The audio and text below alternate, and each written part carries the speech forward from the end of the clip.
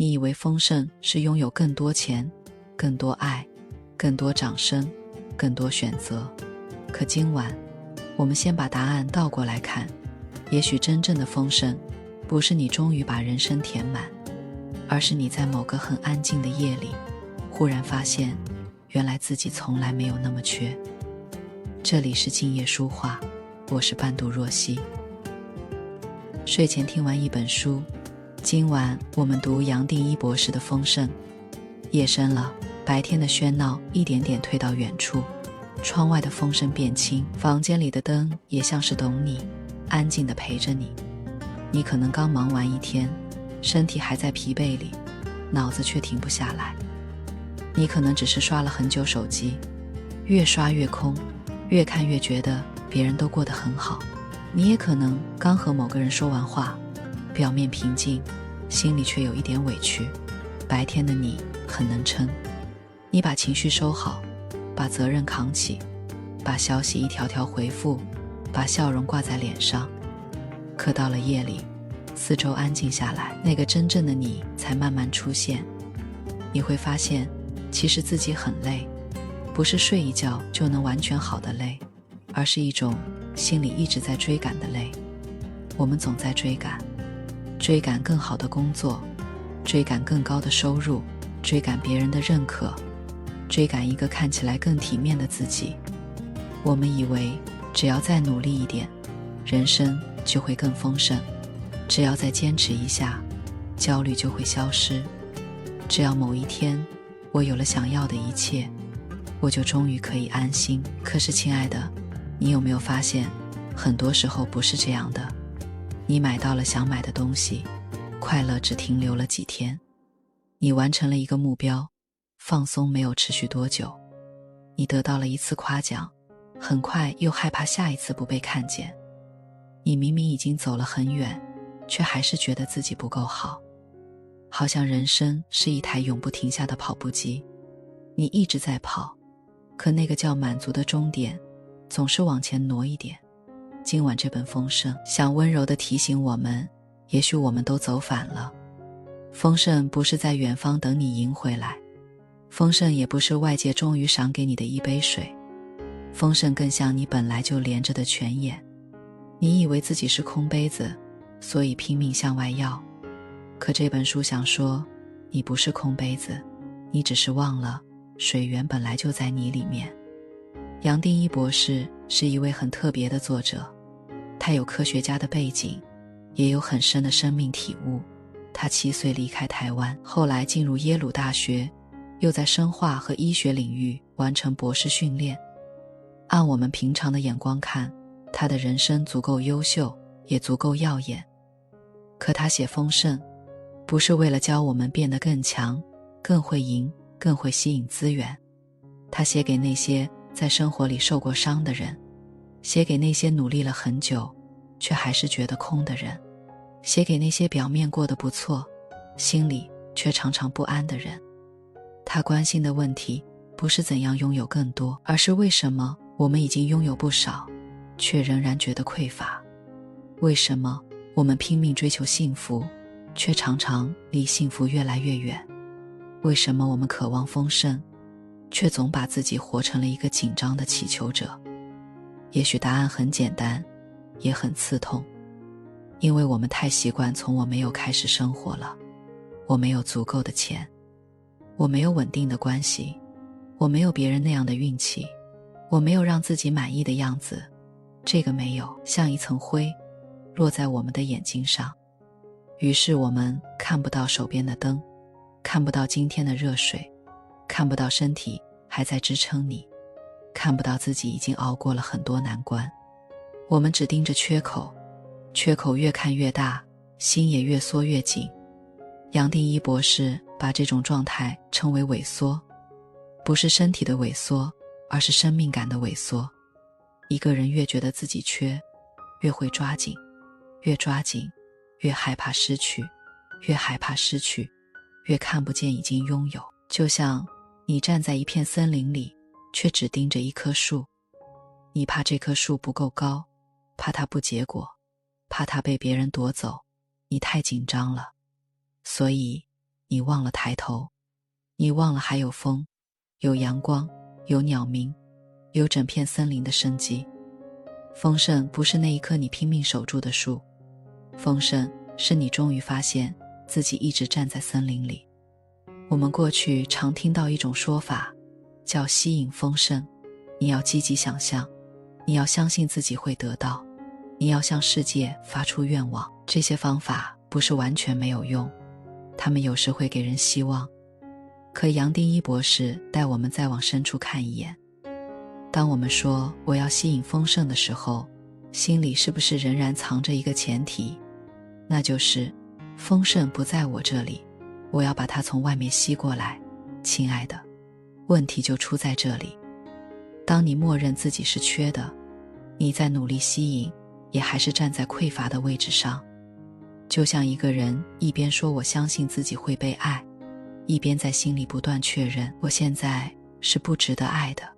这样的努力会很累，因为它不是从安定里生长出来的，而是从恐惧里挣扎出来的。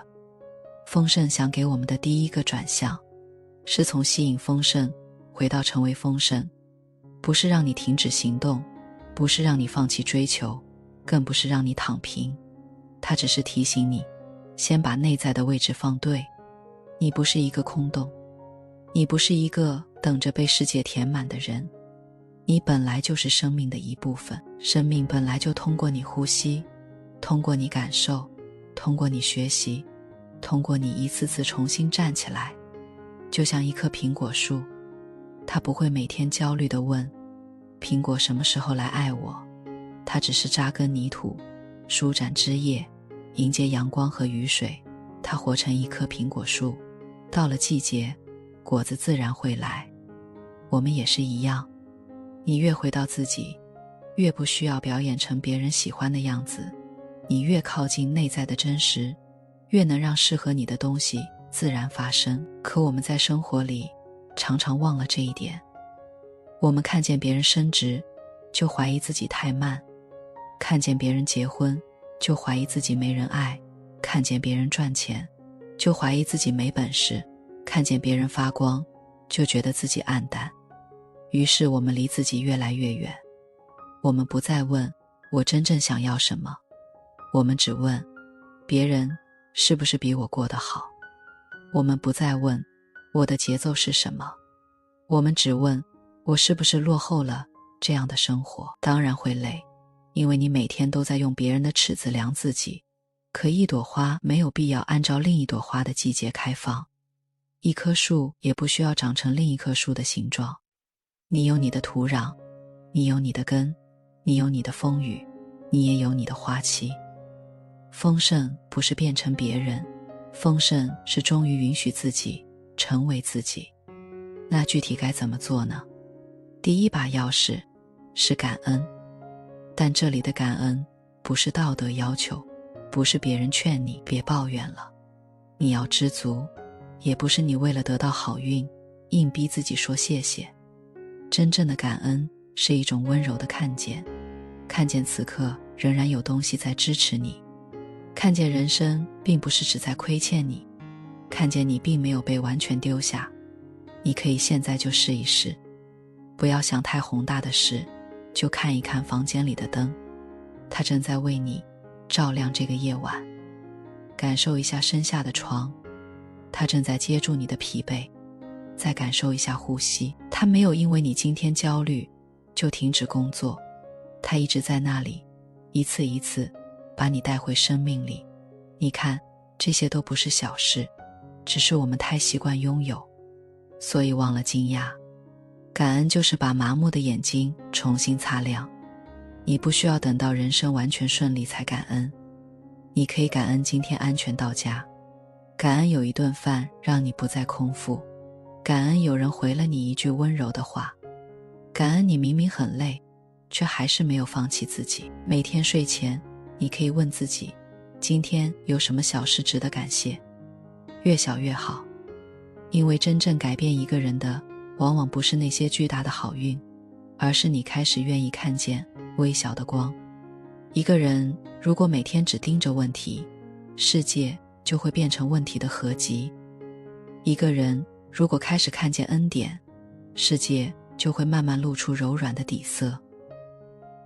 第二把钥匙是给予。听到给予，有些人会紧张，因为我们心里有一个很深的声音在说，我自己都不够，怎么给别人？等我更有钱，我再大方；等我被爱够了，我再去爱人；等我状态好了，我再温柔。可丰盛想告诉我们，给予不一定是巨大的付出，它也不是让你牺牲自己。真正的给予是让你意识到你不是一个贫瘠的人，你有一份注意力可以给出去，你有一句鼓励可以给出去，你有一点善意可以给出去，你有一本好书可以分享给需要的人，你有一个拥抱可以给那个正在难过的人，你甚至可以给自己一点耐心，给自己一顿好好吃的饭，给自己一晚不被责备的睡眠。给予的重点不是数量，是那个打开的动作。当你愿意给，心就不再紧缩。你会发现，爱不是越给越少的东西，善意也不是分出去就没了。很多时候，你给出去的那一刻，自己也被滋养了。因为你不再只是一个等待被满足的人，你开始成为流动的一部分。一个紧握拳头的人，看起来守住了很多，其实也接不住新的礼物。一个愿意打开手掌的人，才会让风经过，让光落下，让关系重新温暖起来。亲爱的，给予也要有边界，不是讨好，不是委屈，不是为了换回别人的喜欢。真正丰盛的给予，是从内在的完整出发，它很安静，也很自由。我给，是因为我愿意；我不给，也不代表我不够好。当你这样理解给予，它就不再是消耗，而是一条让生命流动的河。第三把钥匙是接纳时的正向。我们听过太多积极思考，可很多人的积极其实很辛苦。明明难过，却逼自己说没事；明明害怕，却骂自己不够勇敢；明明已经撑不住了，还要假装一切都好。这样的正向，像一张贴在裂缝上的纸，看起来光鲜，里面却还在痛。杨定一博士带来的正向，不是和痛苦对抗，而是给痛苦一个可以被看见的位置。真正的正向，不是否认黑夜，它是知道黑夜来了，可我仍然可以慢慢呼吸。它不是把半杯水说成一整杯，它只是看见眼前就是半杯水，然后在这个真实里，发现它仍然可以润喉，仍然可以支撑此刻。你可以把自己的心想成天空，焦虑来了，是云；悲伤来了，是雨；愤怒来了，是雷。可是天空不会因为下雨就失去天空的本质，你也不会因为今天崩溃就失去自己的价值。你可以难过，你可以哭，你可以承认自己很怕，你不必马上把一切变好。很多时候，疗愈的开始不是你变得多么坚强，而是你终于不再和真实的自己作战。你对自己说，原来我真的很累，原来我真的受伤了，原来我一直在害怕。说出这些不是软弱，是诚实，而诚实会让心放松，心一放松，你才会看见新的可能。第四把钥匙是臣服。这个词听起来好像很被动，好像是认命，好像是放弃，可它不是。臣服是停止和已经发生的事实撕扯。我们很多痛苦并不只是来自事情本身，还来自我们不断在心里重复，为什么会这样？怎么偏偏是我？如果当初不是这样就好了。可事实已经发生了，你越用力推开它，越被它困住。臣服不是说这件事很好，臣服只是说它已经来了。既然它来了，我先不把全部力气花在否认上，我把力气收回来，看一看我还能怎么走。感情结束了，你可以难过，也可以承认结束。工作不顺了，你可以失落，也可以承认这次受挫。计划被打乱了，你可以沮丧，也可以承认人生并不总按剧本演出。承认不是失败，承认是清醒。因为只有当你不再和现实拔河，你才有力量重新选择。臣服让我们从控制里松开一点，我们不再要求每件事都符合自己的想象。我们开始相信，生命有时会用我们不喜欢的方式，把我们带到更适合的地方。有些路，当下看似绕远，过几年再回头，才发现那是在保护你。有些失去，当下像惩罚，后来才知道，那是在给你腾出空间。第5把钥匙是清理。很多人以为丰盛就是不断增加，多买一点，多攒一点，多认识一点人，多拿一点资源。可是生命不是仓库，东西太满，空气就少。房间如此，心也是如此。你可能有很多旧衣服，舍不得丢；你可能有很多旧情绪，舍不得放；你可能有很多过期的关系，明明消耗，却还抓着；你也可能有很多对未来的恐惧，像杂物一样堆在心里。清理不是冷漠，清理是尊重能量的流动。一件衣服陪过你，就感谢它，然后让它去更需要的人那里。一段关系教会过你，就感谢它，然后把彼此还给各自的人生。一个旧念头保护过你，也可以感谢它，然后告诉他，现在我长大了，我可以用新的方式爱自己。少不一定是贫乏，少有时是清爽，是自由，是空间。你把不适合的东西请出去，适合的东西才有地方进来。你把一直责备自己的声音放下一点，温柔才有地方生长。你把对别人的比较放下一点，自己的路才会慢慢清楚。清理也包括语言，少说一点伤人的话，少说一点自我否定的话，少说一点我不行，少把自己放在很低的位置上。你可以开始练习换一种说法，不是我太差了，而是我还在学习；不是我又失败了，而是这一次没有成功；不是没人爱我，而是我正在学会先不离开自己。语言会塑造内在的房间，温柔一点说话，心也会慢慢亮起来。第6把钥匙是回到自然。自然一直是最安静的老师。树不会因为旁边的树长得快就责怪自己，花不会因为今天下雨就怀疑自己不值得开放。河流遇到石头会绕过去，云聚了又散，月缺了又圆。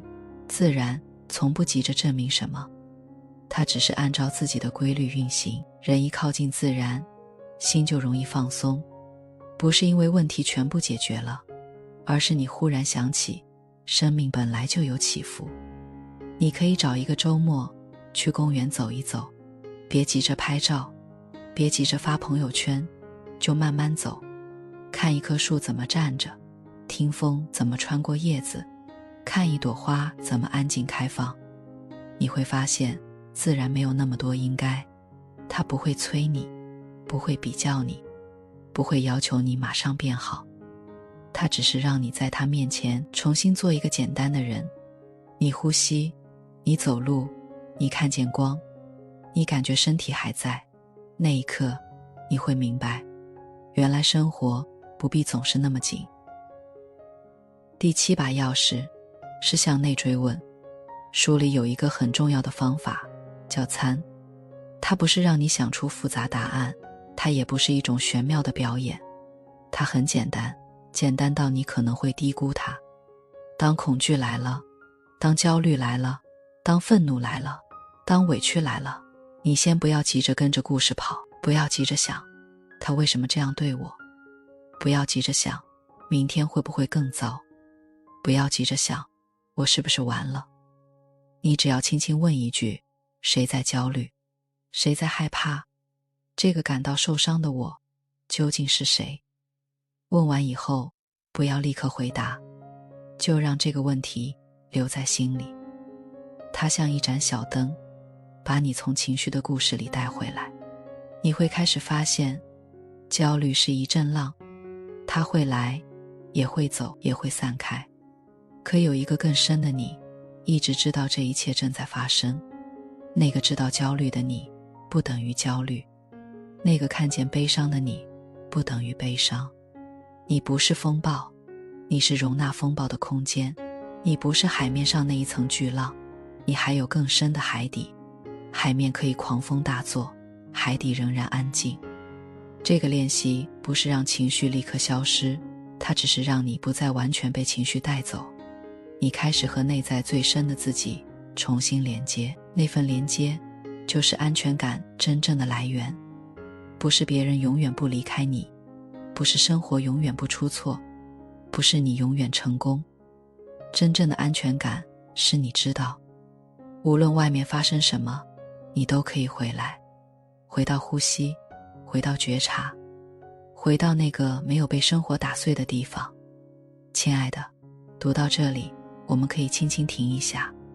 你会发现，丰盛并不是一本鼓励你向外攫取的书，它不是让你更用力地抓世界，它是请你把手松开一点，把心放软一点，把注意力从外面收回一点。我们过去太相信用力了，用力工作，用力变好，用力维持关系，用力证明自己值得。可一个人如果一直用力，迟早会忘记怎么休息，也会忘记自己不用时时刻刻表现得很好才配被爱。杨定一博士在书里有一个非常动人的方向，就是让自己轻轻松松存在。这几个字听上去简单，却几乎是很多人一生的功课。轻轻松松存在，不是懒惰，不是逃避，不是不负责任，它是你不再把自己当成一个永远不合格的项目，你不再每天修理自己，嫌弃自己，催促自己。你开始允许此刻的自己也有存在的资格。你可以不完美，可以慢一点，可以暂时迷茫，可以有情绪，可以不被所有人喜欢，可以没有按照社会时钟准点抵达。你仍然是你，你仍然值得被温柔对待。我们总以为，等我变得更好，我就接纳自己；等我更瘦一点，更有钱一点，更成功一点，更稳定一点，我就能喜欢自己。可是这样的等，常常没有尽头。因为当你到了一个标准，头脑又会给你下一个标准，你永远在门外。真正的丰盛，是把自己接回家，不是明天的你才值得爱，是今晚这个疲惫的你也值得爱，不是成功后的你才有价值，是正在努力的你也有价值，不是被所有人理解的你才可以安心，是此刻还带着困惑的你也可以被生命抱住。亲爱的，丰盛不是一句漂亮话，它会落在很具体的日子里。比如早晨醒来，不在第一时间责备自己，你先对自己说，今天慢慢来。比如工作遇到困难，你不再马上判定自己不行，你先对自己说，我可以一步一步处理。比如关系里感到失落，你不再立刻讨好对方，你先问自己，我真实的感受是什么？比如看到别人过得很好，你不再急着比较，你轻轻提醒自己，那是他的路，我也有我的路。丰盛就在这些细小的转身里，它不是突然降临的奇迹，它是你一次次把自己从匮乏感里领出来，一次次从比较里回来，一次次从恐惧里回来，一次次从控制里回来。最后你会发现，外在生活不一定立刻发生翻天覆地的变化，账单还在那里，工作还在那里，人际关系还需要面对，明天也仍然有未知。可是你的内在站位变了，不再像一个空杯子，等着别人来倒满。你开始知道，自己本来就连着更深的源头。你会行动，但不再被恐惧驱赶。你会努力，但不再用结果定义全部的自己。你会爱人，但不再把自己丢掉。你会追求更好的生活，但不再把当下的生活判成失败。因为你终于明白，丰盛不是拥有一切之后的奖赏，丰盛是你在不完美里也能感到自己被生命承托。你不需要追加什么才证明自己够好，你也不会因为失去什么就变得不完整。你本来就在，你本来完整，你本来就是生命的一部分。今晚若曦想邀请你做一个很小的练习，你可以在心里想一件今天让你不舒服的事，不要逃开它，也不要批判它，只是看着它，然后轻轻问自己，这件事让我觉得自己缺了什么？是缺安全感吗？是缺被理解吗？是缺被肯定吗？是缺掌控感吗？看见之后，再温柔地告诉自己，我看见了，原来我一直这么辛苦。然后把手放在心口，慢慢吸气，慢慢呼气。你不需要马上解决它，你只需要先陪自己待一会儿。很多痛苦不是因为它太强大，而是因为我们一直不肯回头看那个正在痛的自己。当你愿意看见自己，心就已经开始回家了。亲爱的朋友，我们今晚读丰盛，不是为了让你明天变成一个永远积极的人，也不是为了让你立刻拥有一切。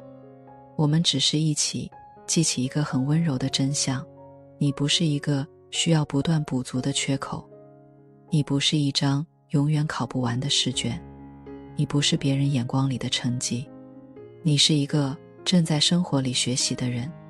你会摔倒，也会站起，你会失去，也会长出新的理解，你会害怕，也会慢慢靠近勇气，你会经历风浪，也会在风浪后看见更深的自己。丰盛从来不是远方的彼岸，它就在你愿意松开一点的瞬间，就在你看见一杯水的瞬间，就在你愿意感谢一口呼吸的瞬间，就在你把一句温柔的话给出去的瞬间，就在你不再骂自己的瞬间，就在你关灯以前终于承认自己已经很努力的瞬间。现在夜真的很深了，你可以把手机放远一点，把灯关掉，或者调得更暗一点，让肩膀慢慢松下来，让眉心慢慢松下来，让下巴慢慢松下来，让手指也不用再抓紧。吸一口气，感觉空气进入身体，呼一口气，感觉今天的疲惫慢慢落下。那些没想通的问题先交给时间，那些没有等到的回应先交给风。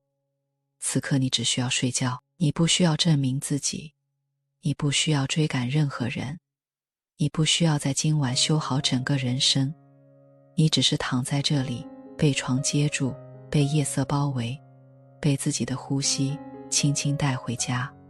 请你在心里对自己说，今天的我已经够了，此刻的我也很好，我的路正在展开，我的丰盛正在醒来。最后，若曦想把一个问题留给你，如果真正的丰盛不是得到更多，而是发现自己本来不缺，那么从明天开始，你最想先放下哪一种匮乏感？是对金钱的恐惧，还是对关系的执着？是对自己的苛责，还是对未来的控制？欢迎在评论区写下你的答案，也欢迎订阅静夜书画。让我们在每一个安静的夜晚，继续一起读书，一起向内走，一起把日子过得更柔软，更清醒，也更丰盛。